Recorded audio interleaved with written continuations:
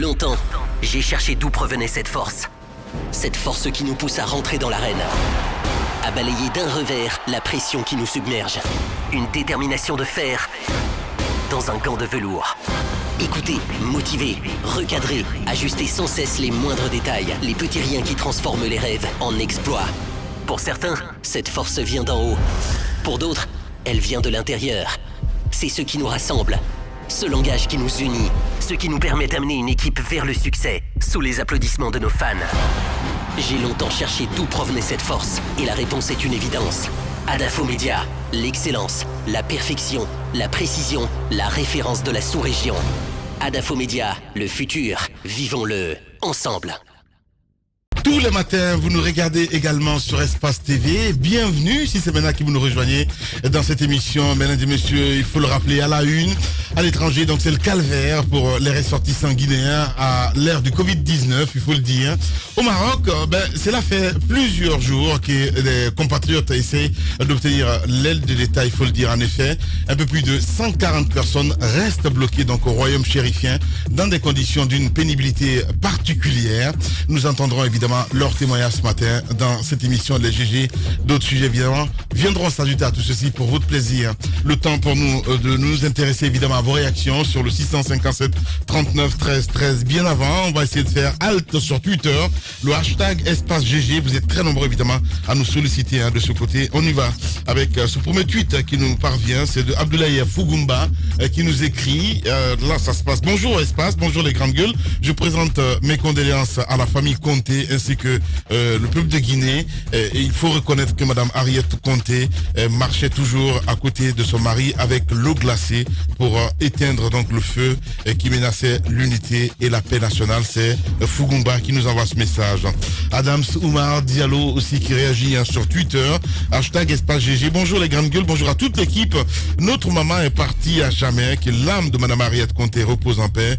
Amin, c'était une première dame très humble, sociable, partisane de la paix, qui était toujours là au moment difficile aux côtés du peuple. On reste avec Bangali Bayo aussi qui réagit sur Twitter. Bonjour Lamine, bonjour à toute l'équipe, mes condoléances les plus attestées donc à toute la famille Conté. Voilà, qu'est-ce qu'il dit exactement, première dame de toutes et à toutes les autres victimes de manifestations d'hier, que Dieu leur accueille donc dans son paradis. Tout finira par finir. C'est un auditeur qui nous envoie ce message. Nous avons Diallo Amadou Aminata aussi qui réagit sur Twitter. Bonjour les grandes gueules. Toutes mes condoléances donc à toute la Guinée, particulièrement à celle de Harriet Conté, à celle des proches perdus donc du côté de Koya.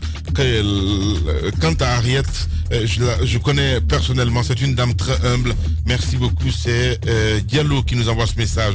Nous restons avec Diallo Lamabank aussi qui nous écrit. Bonjour les grandes gueules, j'adresse mes sincères condoléances à toute la famille Conté.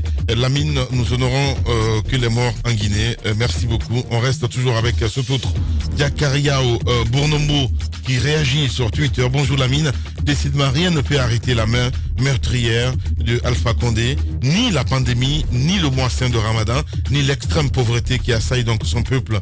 Rien ne le retient. En une journée, 8 morts, ce régime donc est criminel et cruel. Hashtag Espace GG.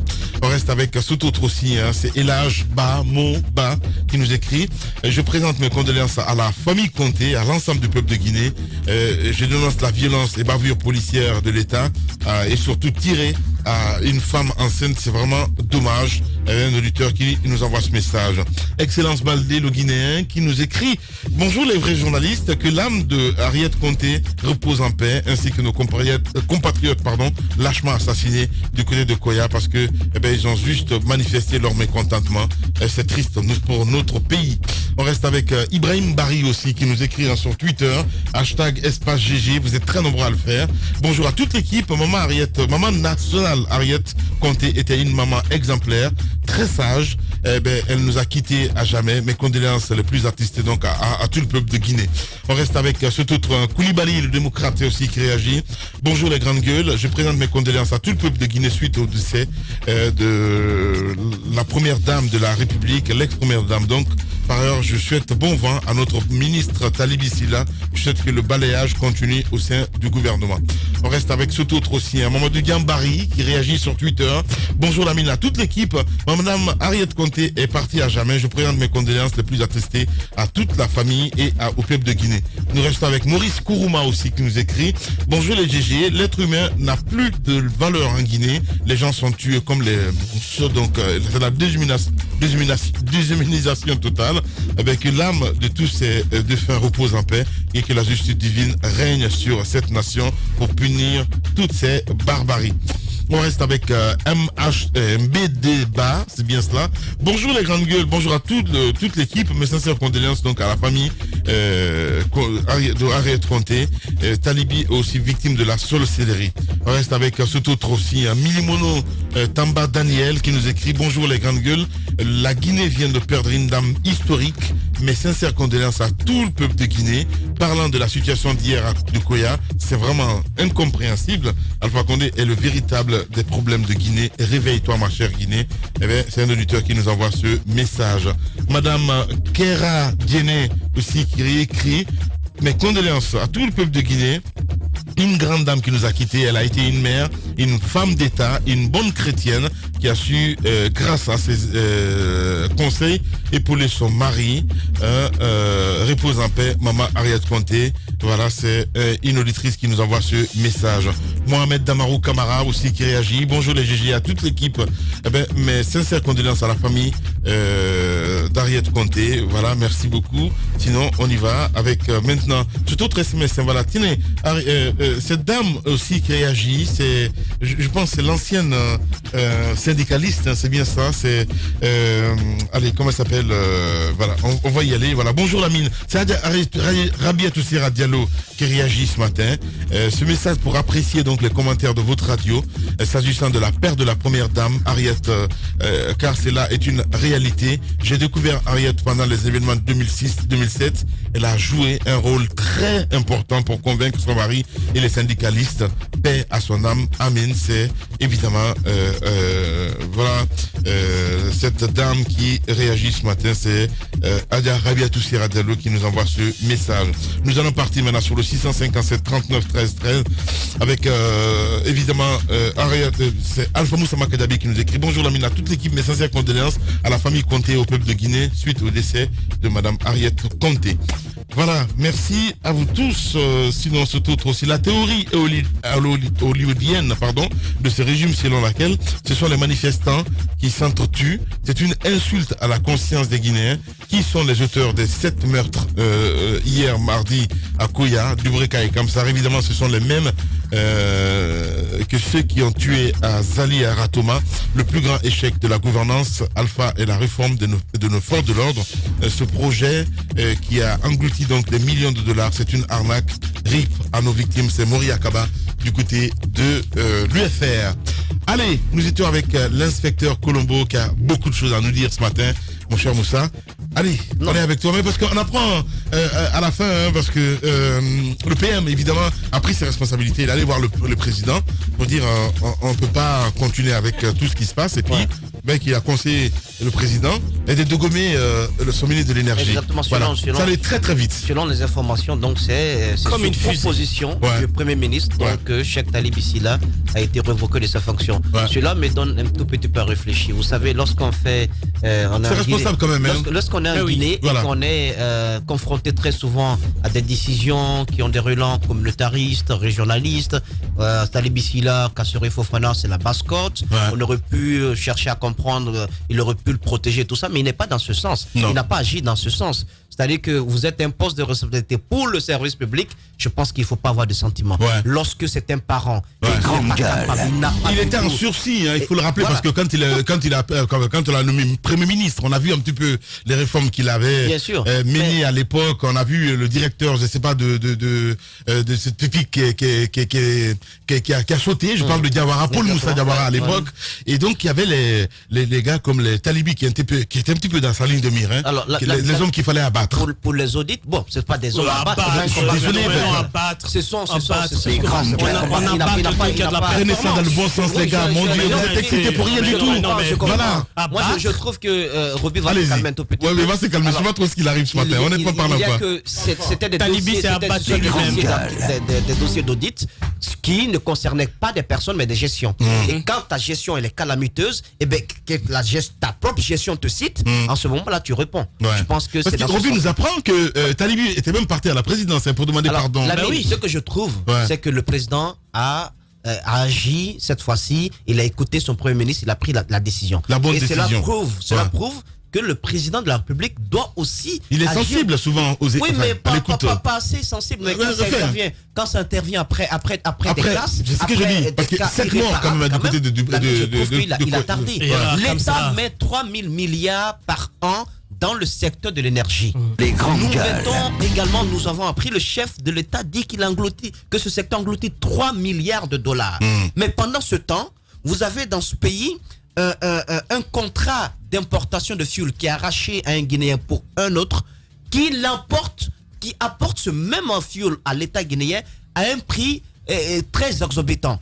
Mais je me demande dans quel pays nous nous trouvons. Pour une fois, j'estime que une bonne décision a été prise. Ça ne va pas, certes, résoudre complètement maintenant la crise dans le secteur de l'énergie, mais ça aura le mérite quand même de donner à réfléchir à tous ceux qui sont en des postes de responsabilité et qui ne peuvent pas du tout faire une bonne gestion. Pour le cas de Cheikh Talibi, je trouve qu'il faut le mettre à un autre poste où il pourrait créer moins de dégâts, dans le service public. Donc, tu es en train de me dire que c'est un petit peu le marchandage du côté du ministère de l'énergie, parce que tu avais soulevé ça avant la pause, mon cher Moussa. Non, je te regarde dans les yeux. Non, je te regarde dans les yeux. C'est important, Moussa. Non, c'est important. Ce que je souhaite vous dire, c'est que si le chef de l'État veut savoir la vérité sur ce qui s'est passé au ministère de l'énergie, Talibi avait des contrats. J'ai pas envie d'en faire une question de personne. Ce n'est pas une question de personne. On parle de la fonction, là, Moussa. T'as peur de quoi?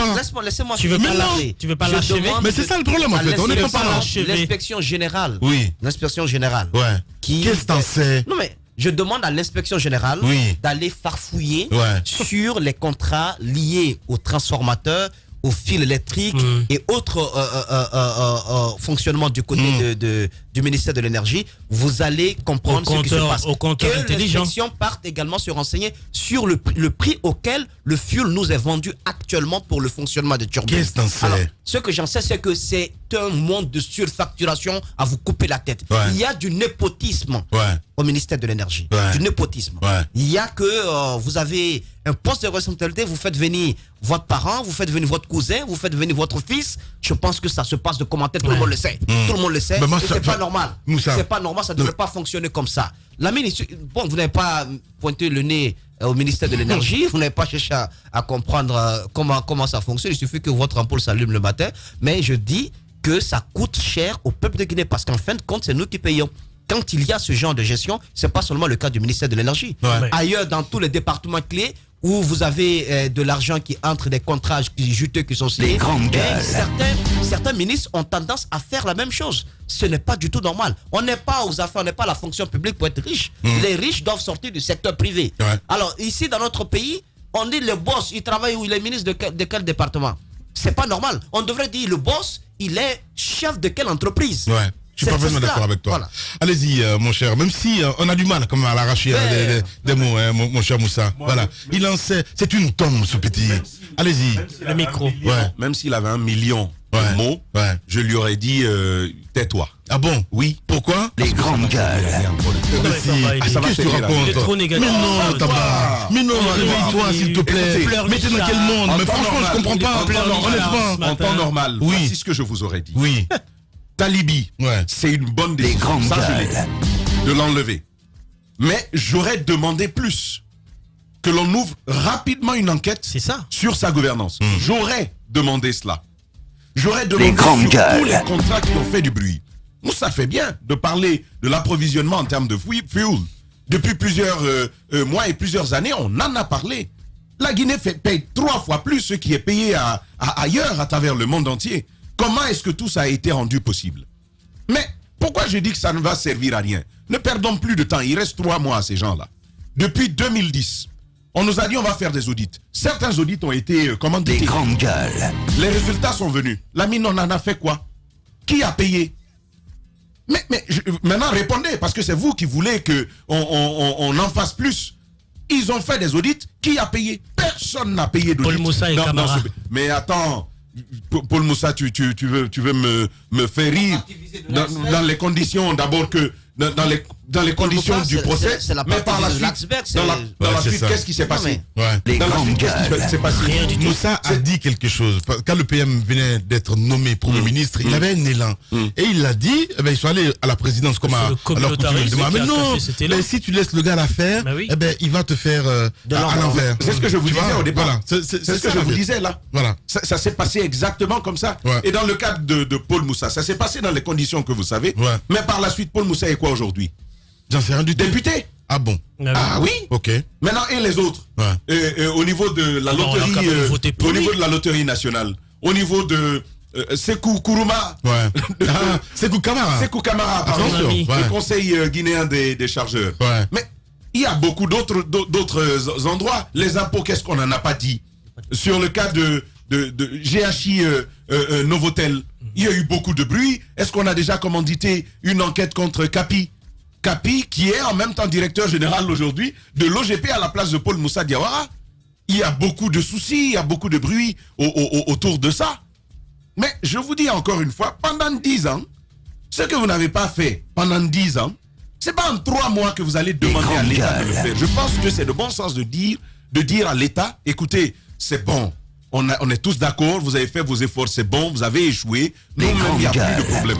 Il vous reste 3 mois, partez. Celui qui va venir, on va lui dire, on va lui apporter nos nouvelles doléances et espérer que les choses puissent aller. Allez-y, Tamba. Roby. Ce que moi je voudrais dire, c'est appeler le président de la République véritablement à commencer à punir les gens qui sont suspects dans la gestion suspects. Mais non, Roby, on peut pas. C'est pas comme ça on gère. Je suis désolé. Comment ça? Je suspecte une personne à dire quelle preuve t'as. Mais c'est ça le problème. Il faut d'abord être. Tu peux pas dire comment tu vas sanctionner une personne parce qu'elle est suspecte quand même, Roby. Pour ouvrir une enquête. Bah oui. Non mais pour ouvrir attendez. Pour ouvrir une enquête, le préalable, c'est quoi? C'est d'abord la suspicion. Mais c'est d'abord la suspicion. Pas que. Si. Pas que, je suis désolé. Non, mais parce que t'es suspect, on dit mais non, finalement, comme il est suspect, on va essayer de le jeter en prison. Mais Roby, quand même. Non, mais tu dis que le président doit sanctionner. Non, mais non. Il faut bien comprendre ce que je dis. Mais j'ai bien compris ce que t'as dit. Je dis ouvrir des enquêtes sur des gens suspects de malgestion des finances qui leur sont confiées. Et pour ça, entre suspect et punition, il y a bien une enquête pour déterminer les responsabilités. Et moi, je veux mettre mes 2 bras à couper que lorsqu'on fouille au ministère de l'Énergie, on trouvera qu'il y a eu de la magouille et que Talibi s'en est fait plein la mallette avant de partir. Ça, c'est une vérité. Autant la magouille existe, autant de EDG, et EDG a toujours été couvert par le ministère de l'Énergie, autant la même magouille remonte, fait ses embranchements jusqu'au ministère et que tout le monde mange dans la même assiette et donc on se tait. C'est la réalité. Sur le cas de la fourniture des mazoutes, je voudrais bien qu'on accuse des sociétés qui ont raflé le marché, des sociétés comme Octogone. Mais lorsque vous écoutez les explications de ces sociétés, ils vous disent que 2 mois à l'avance, les commandes de fuel se font à l'intérieur. Oui, on a entendu ça, Roby, mais n'allez pas encore nous tympaniser avec ça. Attendez. C'est une explication importante. J'ai bien compris. C'est une explication importante. On parle de Talibé, là. Non, je vais parler du processus. C'est une explication importante. Souffrez de l'écouter. Et que la plupart du temps, l'État met du retard à la commande. C'est pour ça que parfois c'est des bateaux qui sont détournés. Et qui dit que bateaux détournés de d'autres pays, vous payez plus cher. C'est pour ça que le mazout est vendu plus cher. Ça, c'était pour ouvrir une parenthèse. Mais aujourd'hui, ce que je veux dire, le président doit obligatoirement, c'est un secteur qui a quand même englouti énormément d'argent. Il n'y a pas de secteur en Guinée depuis 10 ans de gestion du professeur Alpha Condé. Je n'ai pas souvenance d'un secteur en Guinée qui a eu autant d'argent investi où il y a eu autant d'argent investi comme dans le secteur de l'énergie. On ne peut pas seulement s'arrêter qu'à révoquer un ministre pour des raisons ou autres. Je suis d'accord, mais il faut quand même à un moment donné que ces gens-là sachent rendre compte au peuple, qu'on sache nous dire, c'est vrai qu'on ne s'arrête pas seulement à un décret, le décret c'est bien, le faire partir et l'appeler à d'autres fonctions, mais à un moment donné, on a besoin de comprendre les 3 milliards de dollars qui ont été investis, autant de millions et de milliards de francs guinéens qui ont été investis dans ce secteur et qui finalement ne marchent pas. Quel en a été? Qui a fait quoi? Qui a pris quoi? Et pourquoi ça ne marche pas? C'est comme ça qu'on améliore les choses. Quand tu parles des suspects, moi je prends Moualim Touré. C'est les courtisans. Mais comment ça c'est les courtisans? Il en sait beaucoup Moualim sur la gestion de Talibé. Je sais de quoi je parle. Ben oui. Ceux qui ramassent le reste. Tu vas dire les miettes. Mais non, pas du tout. Pas du tout. Oui, mais Lamine, sur $1 million, si vous avez ramassé 300 000, c'est beaucoup. Mais c'est un reste par rapport à $1 million. Donc, Talibé a pris les gros morceaux. Et les autres n'ont fait que manger dans le reste. Voilà, mais Roby, Moualim a quel niveau de redevabilité par rapport au peuple de Guinée? Moualim, il n'est pas dans une fonction officielle au niveau du ministère de l'Énergie. Par rapport à nous. C'est juste que c'est un ami. Non, c'est pas un ami. Il est ministre conseiller à la présidence. On sait ce que c'est que au ministère de l'Énergie, je veux dire. Les conseillers, on ne sait même pas c'est quoi le rôle là-bas. Il conseille juste le président comme ça. Il est juste ami Talibi au ministère de l'Énergie. Les grandes gueules. Ils font copain-copain, c'est des imams, ils font la mosquée et tout ça, les prêches, le Coran, c'est bien. Mais en même temps, je vais vous dire une chose. C'est que, au-delà de tout ce que nous voyons de l'apparence des hommes, c'est quand même des gens qui ont sérieusement fait du mal au secteur de l'énergie, qui ont saigné les caisses du ministère de l'énergie, et sans compter que EDG, dans sa forme actuelle, avec des gens qui ont quand même une grande longévité dans cette entreprise. Vous avez des fonctionnaires au EDG qui sont depuis 10, 15, 20 ans, qui connaissent bien le rouage de EDG et qui savent bien comment mettre les crochets à tel ministre pour l'embobiner et l'amener dans notre système. Tu parles des secrétaires généraux? Oui, des secrétaires généraux ou plutôt des... Au-delà, mais même ceux qui vont relever les compteurs, ils connaissent bien le rouage de la corruption. Ou les DAF et tout ça. Ou les DAF et tout ça. Ils connaissent bien le rouage des détournements. Ils sont très huilés en la matière. C'est des experts. Des experts. Et donc, s'il n'y a pas une réforme, profonde au niveau des EDG, je vais vous dire une chose, même si c'est Mark Zuckerberg que vous amenez à la tête de EDG, ça ne marchera pas. Et c'est la même chose au ministère de l'Énergie. Je suis bien d'accord que Moualim, il en sait beaucoup. Oh, mais Moualim, écoutez, c'est juste des courtisans. Moi, je veux dire... Comment ça, des courtisans, mais il n'a pas de fonction officielle au niveau ni de EDG, ni au ministère de l'Énergie. Le pauvre, il fait son business tranquille et Talibi lui a ouvert les portes. Donc, c'est tout à fait normal. C'est comme tous les autres qui sont là-bas. Je veux dire, les premiers responsables sont ceux-là qui décident. Et quand je dis qui décident, c'est bien évidemment le ministre, les secrétaires généraux, les DAF, etc., les directeurs au plus bas échelle. Il faut une réforme profonde au niveau des EDG. C'est pour ça qu'on a amené Viola. Quand on a amené Viola s'est arraché les cheveux. Finalement, ils ont les grandes gueules. Ils sont partis. Donc, je veux dire, EDG, c'est très profond. C'est tellement profond que finalement, le ministère de l'Énergie lui-même tombe dans cette profondeur-là. Il faut des réformes très très drastiques au niveau des EDG. Il faut revoir ce secteur de l'énergie parce que ce secteur de l'énergie, franchement, ça vidait les caisses de l'État. Les pauvres de nous, ça saignait, hein. Ça saignait grave. On va le voir. Très grave. On va le voir sous il sait de quoi il parle, Roby. On va le voir sous une autre gouvernance. Tous les Guinéens savent que ça a saigné là-bas. Je veux juste revenir, apporter un correctif à ce que je disais tout à l'heure. À partir de résultats provisoires, Paul Moussa Diawara avait été déclaré élu comme député de la République sous les dernières législatives. Après la proclamation des résultats définitifs, il n'a plus figuré sur la liste. C'était la précision que je voulais apporter. Vous êtes chez les GG. Tout homme qui fera profession de rechercher la vérité et de la dire sera toujours odieux à celui qui exercera l'autorité. Condorcet. Bienvenue chez les GG sur Radio Espace Guinée.